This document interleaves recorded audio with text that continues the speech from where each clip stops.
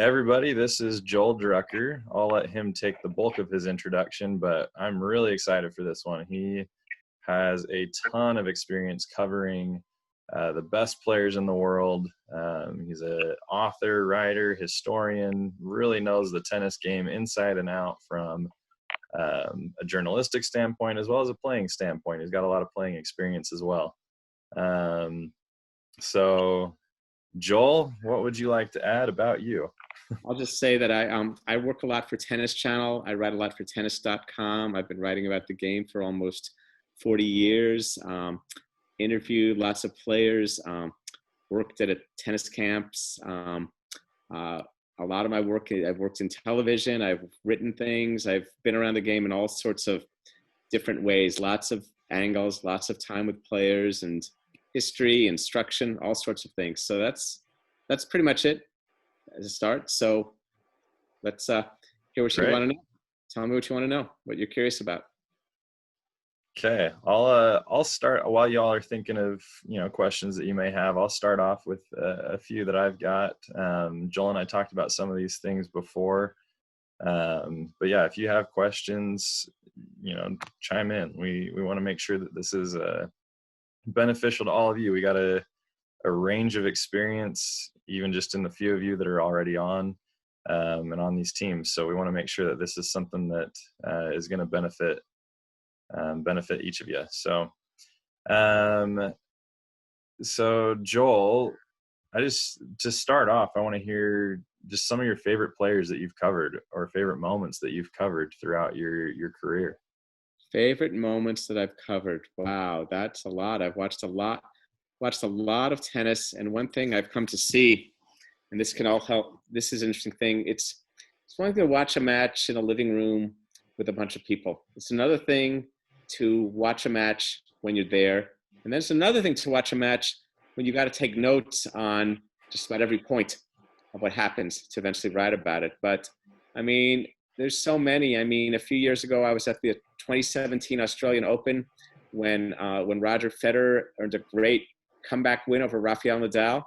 That was very exciting at the Australian Open, down 3-1 in the fifth. That's very exciting, and Federer hadn't won a major in a few years, so that was quite powerful. 2003, I saw a great match at the U.S. Open between Jennifer Capriati and Justine Henin. Won in a third set tiebreaker, vivid contrast of styles. I think the matches I like most are the ones where there's a contrast of styles, excuse me, and you see a great many different points being played. Lots of rallies, lots of shots. So there's a lot of diversity. I mean, there was one match, I won't say who was playing, but there were two players I went to watch play a Grand Slam final once. I sat with a colleague, and we saw how it was going, and we said after about 20 minutes, all right, I've seen this movie. I know we see. Anyway, I knew it was going to play out, but it was like there weren't going to be a lot of different points after those first 15 or 20 minutes. They're pretty much, this is what we got. We got some meat and potatoes here. Less exciting. Yeah, that's great. So I also want to hear a little bit about you've played with some great players as well in some pro-ams. Do you have any stories that you can share of playing alongside some of these? I played with John McEnroe in a pro-am once against Jimmy Connors, and that was pretty interesting. And in the course of the match, Connors, who I'd known some, hit me with a ball, which was kind of like almost like a prank, like he was punking me, and that was kind of fun. And playing as McEnroe's partner was kind of a little nerve-wracking, so that was pretty interesting. I also had experience. Andy Roddick beat me left-handed because he could keep a lot of balls in play, and there were 80 people watching, so that was pretty exciting too. So Andy Roddick, huge serve, right-handed. How fast is that coming in as a lefty?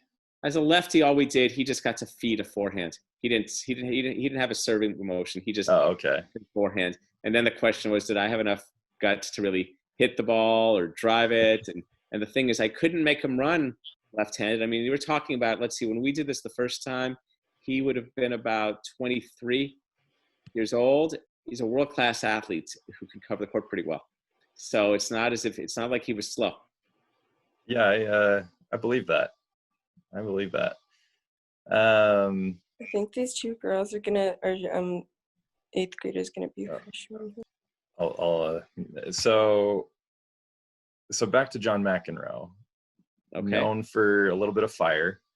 And you mentioned, you know, a little bit of nerves there playing alongside him. What's that like? Like, are you worried about disappointing John McEnroe? Are you worried about him getting fired up, or what's? They're not going to get too fired up in a pro-am. I mean, it's a pro-am. Yeah. It's a fun day at the office, but I think for any recreational player who gets on the court with a world-class player, the desire to say, well, I'm not stupid. I can hit the ball over the net. I mean, I think one of the things I learned from hitting with people like that is hit the ball at 75, 80% as hard as you can hit it to be consistent. Impress them. We want to impress them, so impress them with consistency, not with power. If it was power, they'd have heard of me. They'd know who I was. So really, it's about being within yourself, being balanced. It's kind of like the way you should hit with just about anyone. Why don't we hit the? I mean, it's funny. Someone was talking about a player once, and they said, "Oh, she's hitting the ball as hard as she can." I go, "We don't know that. She's hitting the ball as hard as she can to keep in the court." So that gets to how we go about hitting the ball. Do we hit the ball consistently well enough to keep it in the court 5, 10, 20 times rather than just tee off on it? And the last thing you want to do if you're playing on a court with a world-class player is to tee off the ball. And they say, wow, you're not only bad, but you're stupid. Yeah, you don't want to set them up for that. Right. But, well, great. And all of you Mazer players there, if you have any questions, feel free to jump in and interrupt, and we can turn it over to you. This isn't all about me getting the cool stories that I want to hear, but this is for all of you. So I love the history of the game. I love hearing about you know, not just the modern players, you know, the Federers, the Serena Williams, I like to go back. I like to hear about the history of the game, where it came from and how it got here. And you as a historian, I wonder if you maybe could share a couple of overlooked moments in tennis history that people just don't give enough attention to in today's world. There's a tendency for people to always think their moment is the moment.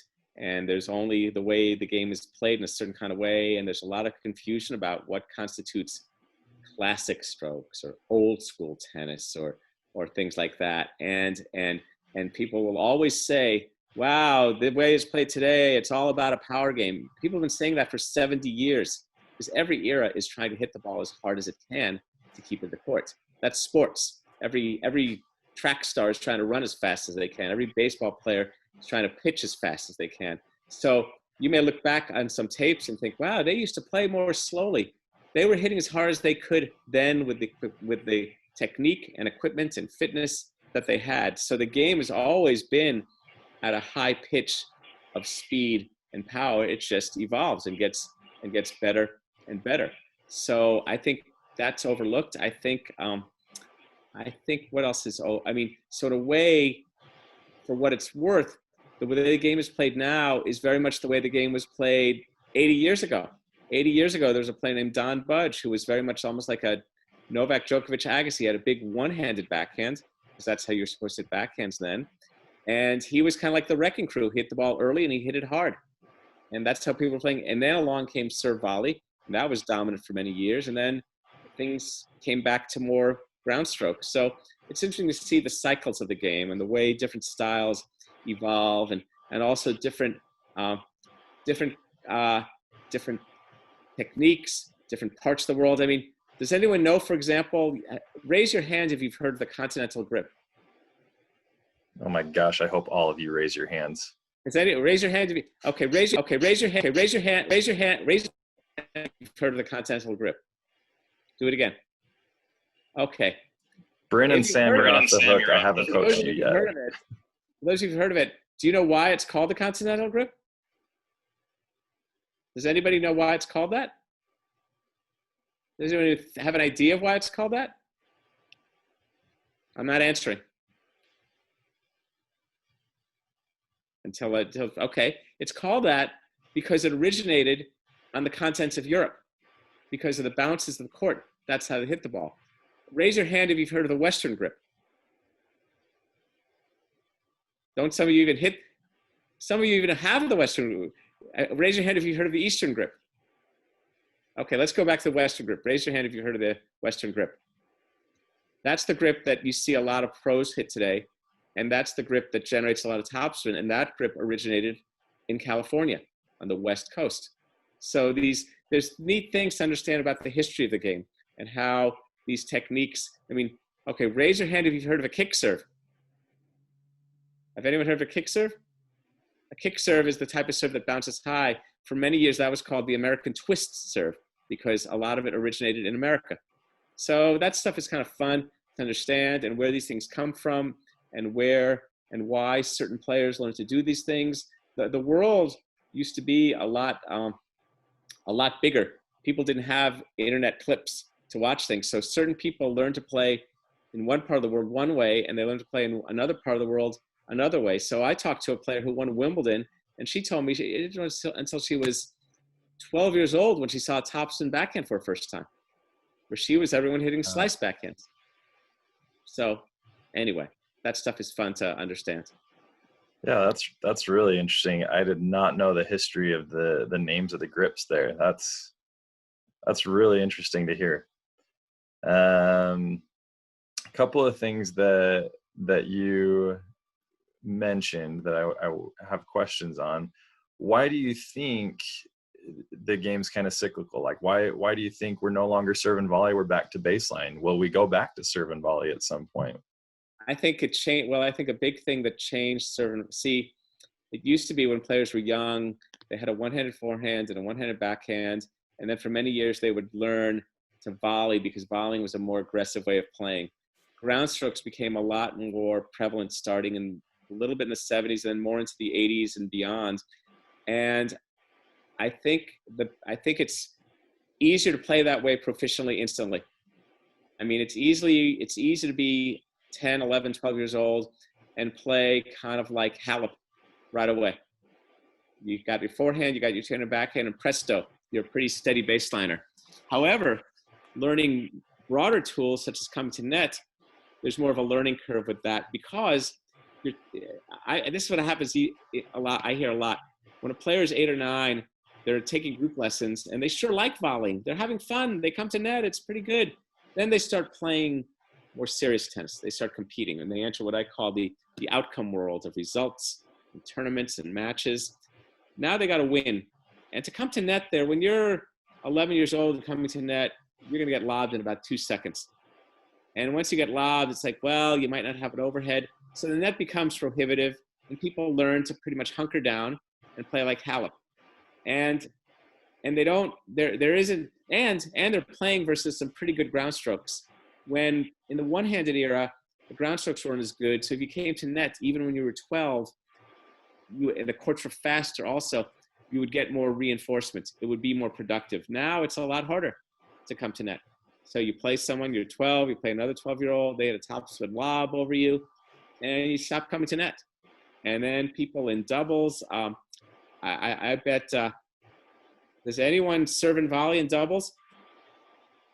Of you all?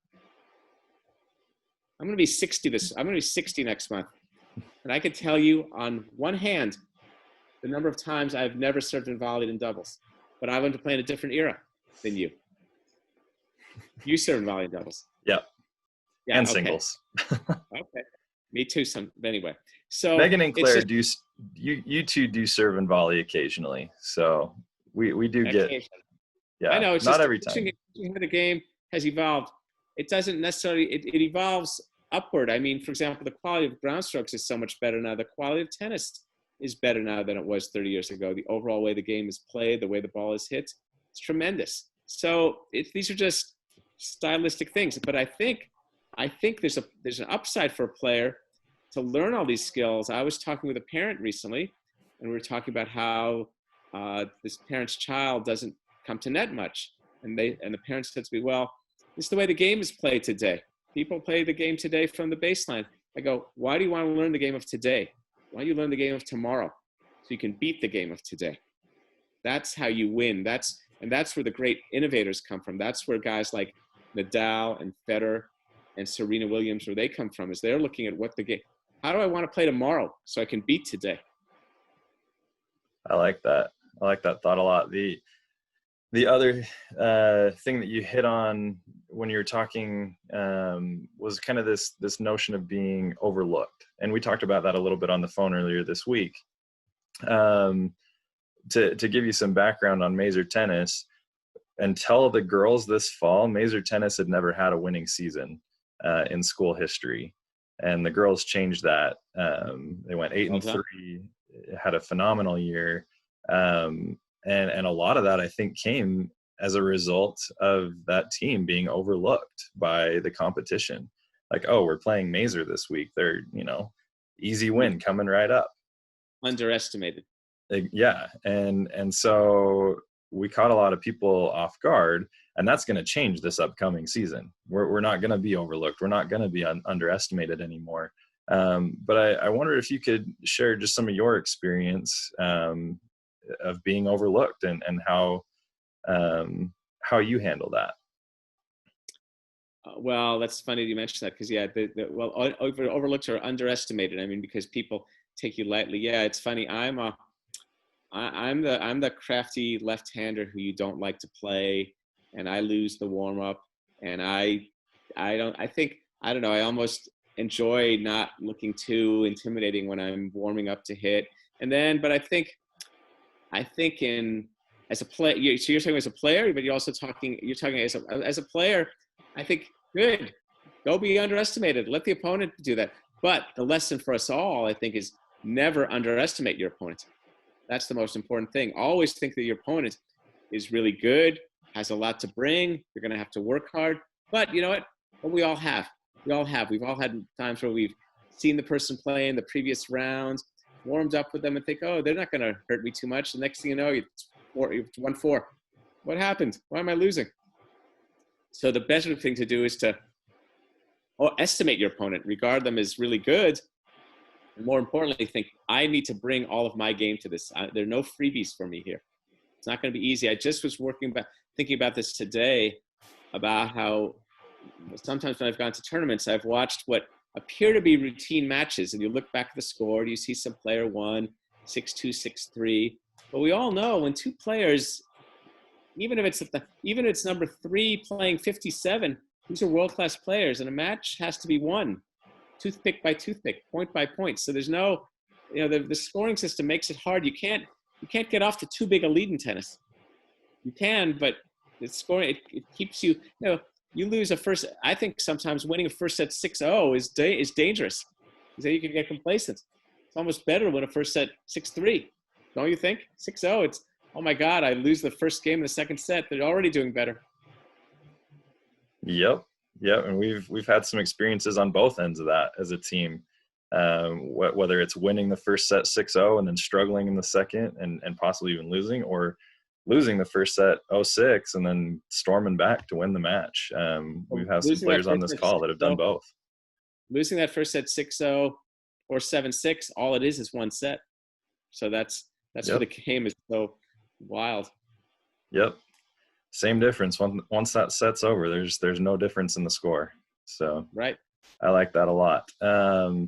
Let's move a little bit into kind of the underrated idea, and I've been sharing with the teams your series of the underrated traits of the greats. I know some of them have been reading a few of those, and would you mind sharing with us a little bit about how that got started and some of your observations in that?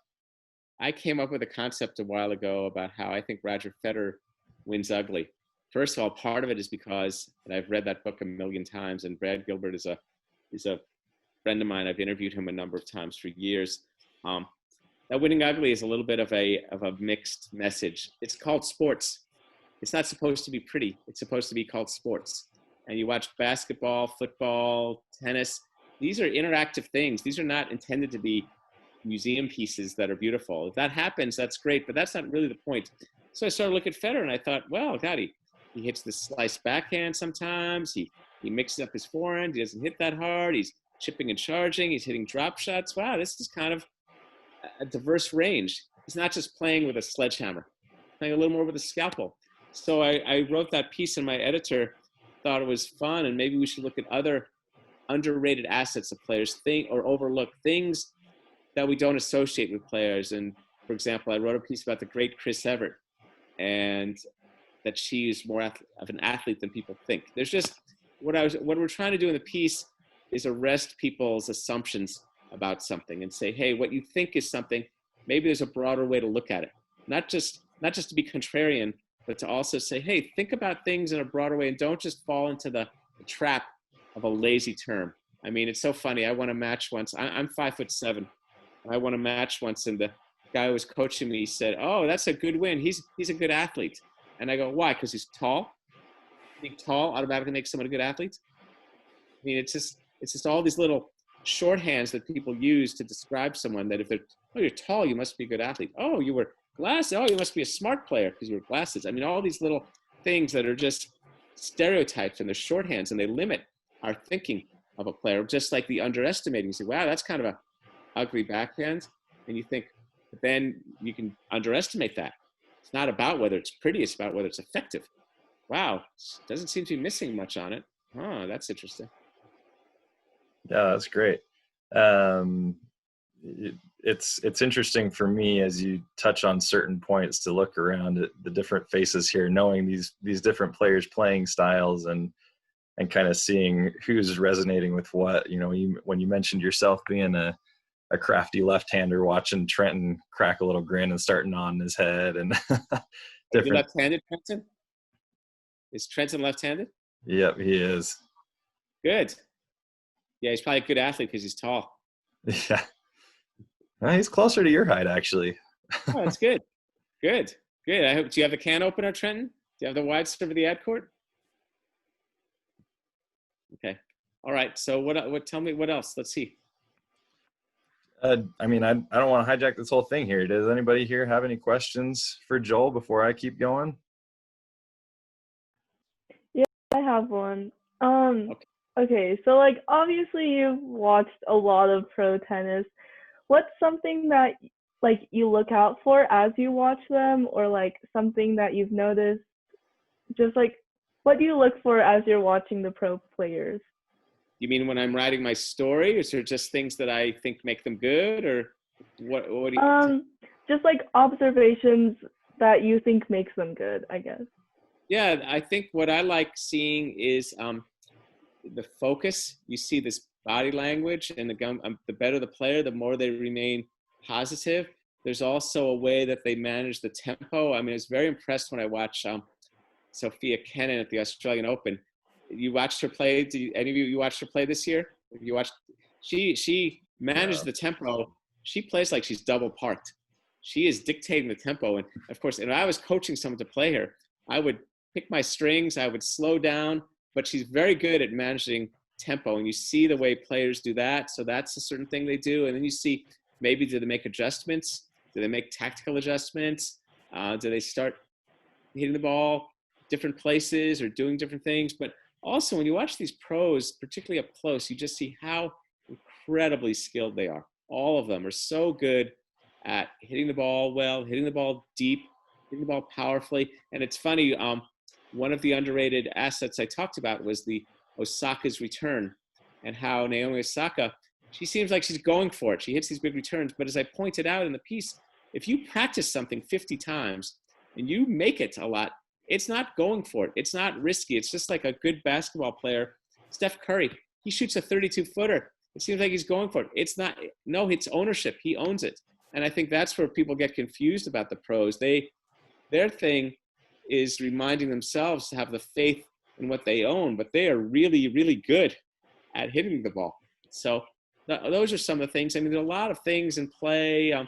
See the personality. See, also, I like seeing the contrast in the matchup.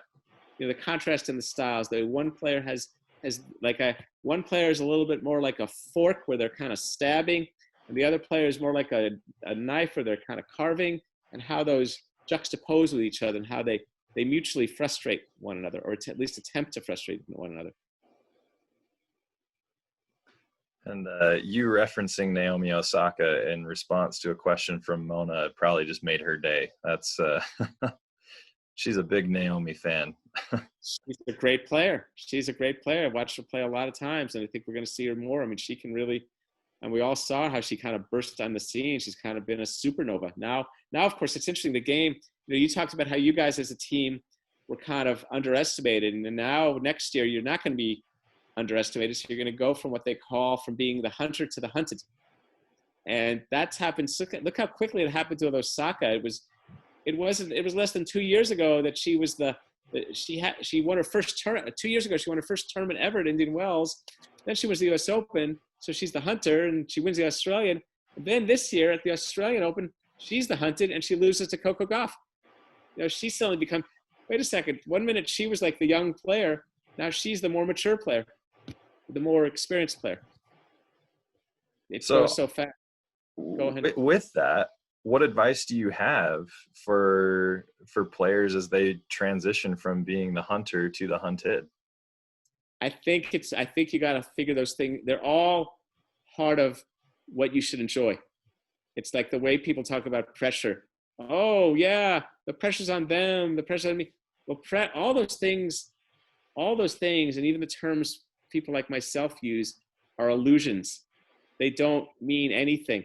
What matters is the ball, the point, the moment, playing tennis. So you don't exist in my story, the hunter hunted. When you were underestimated, that was someone else projected to you. It had nothing to do with how well you play tennis. It had to do with their perception of who you were and how that shaped you. And while in life, perceptions of how others see you may mean something, in a sport, they don't. In a sport, what matters is performance and process and engagement with competition. So I would just say those things, those are external things. The transition is in your skill building. So the transition is going from, okay, in my freshman year, I hadn't played that much.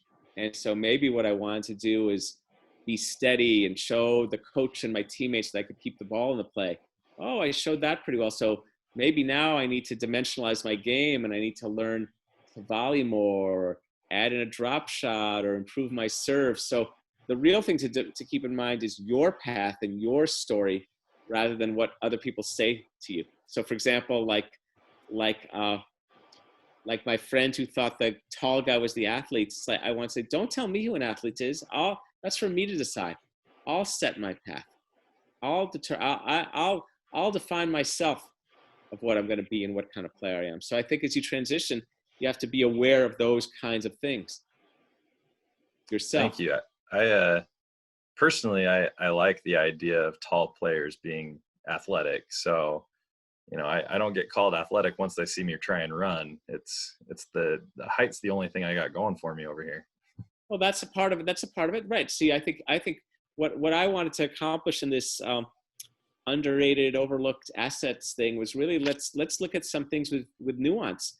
Each of these innate attributes has some upside to some benefit to it. I mean, we think of someone as shorter as maybe faster. We think of someone taller as more powerful. But these are just beginning points, and they just confer a notion of what they think someone is. But it's not necessarily real. It means something. Someone tall can be fast. Someone short can be slow.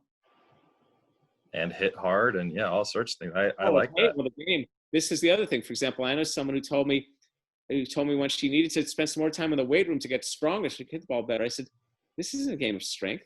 This is a game of movement and timing. I'll show you someone who's 4'8", has a double-digit weight, and they will hit the ball harder than 95% of the people who ever picked up a racket. It's all about movement and timing and how you organize your body. So strength doesn't allow you to hit the ball harder. Skill does. Yeah, I was watching earlier today UTR's little coaches conference that they have going on, and Dr. Mark Kovacs shared a similar idea. He's like, strength training's important and it's good, but I think we way overvalue what it actually does for tennis players. Right. Well, we've been worked by world-class players. See, here's the thing: the world-class everyone in the top 200 is better than the national 18s champ. So they have a great many ball striking skills, and so now they're trying to improve their fitness, their strength to get yet more edge. But remember, they've climbed the mountain of technique pretty high by that stage. Yeah, absolutely. Any other questions from any of you players? Any things you're interested in? No curiosity you want to improve? Yeah, I mean, topics you want to hear about? players, personalities, your game. Want to tell me anything about your game? Any things you're working on? I could make a comment, but I won't. So, okay. So Wow. while you all think of that, I've got another question here. To you, what does it all boil down to? You've mentioned several things. You mentioned the focus that professional players have. You mentioned movement and timing. You mentioned, keeping the ball in play and keeping that going. For you, for junior players, what's the one trait that they should be focused on in order to take the next step? And maybe there isn't one trait, because it is different for everybody. Okay. But no, I think there's a trait. I would say engagement, and I would say, okay, here's one for you. Here's a concept. It's not a word. We all agree that winning is a desired outcome, right? Winning is a desired outcome. We can't control that. But competing is a process, and that we can control all the time. Players lose a lot of matches, but the more you enjoy competition and learning from that, winning and losing, you can learn from your wins, you can learn from your losses, and not be wed to what your outcomes from them are, even though, look, it is more fun when you win. Of course it's more fun when you win. But how you can draw engagement from that. So you can, so you look at, there's no such thing as a routine day at the tennis office. Every time you're there are things you can extract from that experience, to learn, to grow, to things you did well, to positive reinforcements for things you did well, to things you want to work on, to lessons from your opponent, to things your opponent helped teach you when you're playing them. I went to play, a friend of mine were going to play once, and we're walking out to play. He goes, yeah, let's we're going to play a couple of sets, get a good rhythm going, have some balls, have some good rallies. You go, rhythm? You want rhythm? I'm not here to give you rhythm. I don't want you to have rhythm. He goes, what do you want? I said, I want chaos. I want you as my opponent to be thinking, what is going to happen to me next? I said, and I hope you do the same to me, because that's how we're going to grow. I don't want you to hit me the shot. I do, and I don't want you to hit the shot I want to hit. I want you to make me hit the shot I don't want to hit. And that's where my growth is going to come from you making, or this other friend once, he said something about, we were put on earth to enjoy the state of nirvana. I said, no, we weren't. We were put on earth to suffer. The next time we play, I'm going to help you suffer, and I hope you make me suffer. And so I think the lesson I would say for all players is tennis as a form of engagement is what a privilege we have, and particularly now with what's in the world, what a privilege we have to be healthy and enjoy the sport and get exercise and get to know and get to connect with people and have a sport where we can be in the game the whole time. I mean, I love that this sport is one where you can be the quarterback, the wide receiver, the safety, all in one point. You can be it all. You can command the whole court. It's really fun. Definitely.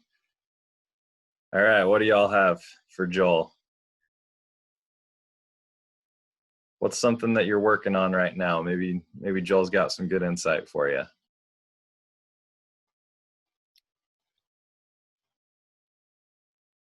Trenton, you got something? You look thoughtful. Yeah. So I went hitting like last week, but I was trying to serve, and I wanted to, I guess, produce more top spin, but without going like out. So I don't know, more of like being able to control my serve, but also give it spin. So I don't know. You wanted to kick it up away from the forehand since you're lefty? Sorry, what was that? You're trying to kick the serve away from the forehand? What are you trying to do? You just want, what was malfunctioning? What was not working? Well, every time I try to like go over and like go up on the ball, it would always go out. So that's what I'm wondering, is how to control that. Well, that's a good technical question. You know, I think, do you have an instructor you work with? I have like a private coach, but I haven't really hit with him recently. So. Oh, you haven't? You know, one person, it's funny. It's funny talking with you guys who are in the Intermountain section, and you're left-handed, Trenton. I would say, have you ever heard of Jeff Salzenstein? You should look him up. He's an instructor who teaches online, and he might have some insights. I would also say I'm a good tactical strategy teacher. I think technique, like what you're talking about, like really learning how to hit a shot better, that's a tough thing. That's a lot of work. You know, that's a tough thing to fix. You can't just give someone a 2-minute fix for that. So it takes a lot of time and devotion. I would also say, though, to people, if you want to improve, if you're looking to improve a stroke or add a stroke, ask yourself how it really fits in with your game overall. I know someone who has who says they want to learn a big topspin forehand. They're an adult who mostly plays doubles. And I said, why do you want that? Why don't you put some more time into your overhead? But if your serve is malfunctioning, like you're not getting as many first serves in or something, yeah, I think that's a thing to talk about with your teacher and identify some things. You actually, of all shots, the serve is one where in the time we're in now, you can get some more input. You know, you can put a camera on the court, you can shoot your serve, you can send the video to someone, and they might be able to help you figure it out a little bit. True. Send it to me anytime, Trenton. Okay, I will. Or I'm sure Talon will too. If that's the instructor? Yeah. I think so. Is that the guy you're working with still? Yeah. Great. Some more questions? Okay, I have another one. So, which serve do you think is more effective, a flat serve or a kick serve? I would say a spin serve. I think the goal, you want to have a serve that you can count on to get in 65, 70% of the time. And I think the great players have that. And I think spin, as you know from the ground, is far more margin. I think the flat serve is overrated. I think the flat serve is dangerous. I think there are stories of players who, when they were younger in their career, they had a spin serve, but it didn't do that much for them. So they thought they wanted to hit aces. And they would get some. The problem is, in a big match, when you're tight, that's not going to be there for you. So I think a kick or a slice or some variation, far more effective. You want to serve that you can count on 65 to 70% of the time throughout a match, and maybe 90% of the time on a big point. If I'm serving at 3-4, 15, 30, I was playing a doubles match with a partner once, and we were in a tight situation. I think it was like 3-all, 15, 30. He goes, I'm going to serve an ace right down the tee right now. I said, no, you're not Pete Sampras. I mean, you're not Roger Federer. Who do you think you are? I said, you're going to get in a good first serve, and we're going to try to win this point. I think the flat serve is kind of the desire to hit the instant winner. I mean, at the same time, I'm going to practice it, fine. And then you can use it. Try it at 30 love. Try it at 40 love. Try it when you can afford to lose the point. But don't ever try it at 15-30 unless you're Andy Roddick or Roger Federer. I need to rethink my approach to tennis here. I got a flat serve. I was asking about altitude. I think in the altitude, things like topspin work really well. I mean, I think the place like Utah and Colorado, the kick serve is tremendous. I mean, you just learn a reasonable amount of motion, and the air is going to take care of it for you. The air is going to jump the ball right out of someone's contact point. Yeah, it's true. I added a kick serve a couple of years ago to mine, and I mean, I'm 6'3", so I have that slight advantage. But oh my God, that's fantastic! It's great. It is good. So yeah, keep working on that kick serve, Mona. Well, wait, Mona, what's been your experience with the slice serve? With the spin serve? I prefer flat serve. Why? I guess it is kind of what you said. I like to get the point over with, so I just want to do like one big, like really fast serve, and yeah. But I have been working a little bit on my kick serve, but I don't know. It's just been hard, so I was just wondering if it was worth it. Oh, it's absolutely worth it. What percentage of your first serves do you get in? It's like 50 or 60. Well, Let's get that up. and then what's your second serve? Uh, like it's like the same, like 60 or 70. No, It's but a I little mean, better than she gives herself credit for. No, but I mean, what is it? Is it just a slower version of the flat serve? Well, no, I have been doing like kick serve, but it just hasn't like been going in. So I was just wondering if it's worth keep Yeah, it working is. on it. And also, even using it as the first serve, the problem also with the flat serve is after you get pretty grooved. The opponent gets pretty grooved, and it's pretty easy to it becomes pretty easy to return. It's pretty predictable. I mean, yeah, if you hit an ace, if you hit a big one, that's one thing. But what if you don't? What if okay, you hit kind of flat. I'm going to stand, take 2 steps further back to receive it, coming right into my strike zone. It's not bouncing high. It's not breaking off the court. Not doing a lot with it. You're not doing a lot with it, are you?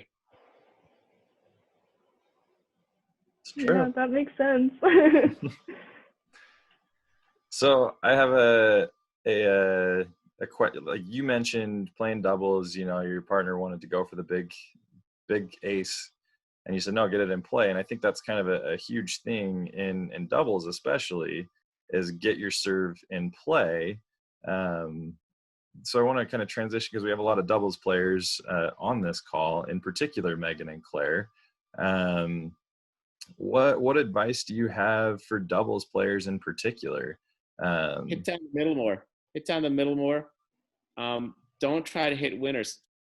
Don't worry about hitting winners. The winners will present themselves when they're there to be hit, like volleyball. You know, the chance to make the winning spike will happen. In the meantime, take time to build a point. Hit a lot of balls down the middle. Get returns in play. And doubles is very meat and potatoes. You know, don't try to and the first rule of doubles, you're playing for your partner. I'm hitting the shots that are trying to help you. I'm not just trying to go for all the glory and hit the big alley shot down the line. And look at me, I hit a winner down the line. It's much more about assembling points and putting points together and us working together. Bring the action to the middle. Bring it to the middle of the court more. I like that. Take note, Megan, Claire, the rest of you. Mona, one day when you're playing doubles in college. So these guys all know I'm a huge fan of Bob and Mike Bryan. I'm assuming you've covered them some at some point. Many times. Yeah, I've interviewed them many times. Yeah, terrific people, great players, great guys, all of the above. Yeah. They sure seem like it. What are some of the lessons that you learn from the Bryan brothers? Well, here's the interesting thing about the Bryan brothers. You see a lot of that energy, a lot of the chest bumps and the high fives and great overheads, great volleys. But you watch those guys play points, and they're playing within themselves. They're working the points. You watch them get into a rally, and there's a lot of cross-court forehands, a lot of discipline, and not just trying to take over the point for themselves, really working together, real choreography. Also, the Bryan brothers, per what I was saying, their motto is, let's never lose a point down the middle. Don't worry about the alley. Let them have the alley. They can hit the alley again and again. That might be too good or too stupid. And the Bryans are constantly moving and creating a presence with their movement, so that gets the opponents feeling a little rushed and crowded and squeezed. Super movement with the ball and movement without the ball. Love it. Thank you. All right. Anyone else have any other questions for Joel before we let him go?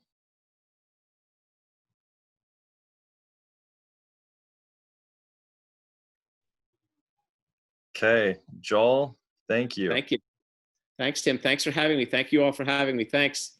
Yeah, I really Thanks. appreciate it. That was a great discussion. Thank All you right. so much. Thank you. Bye. Bye.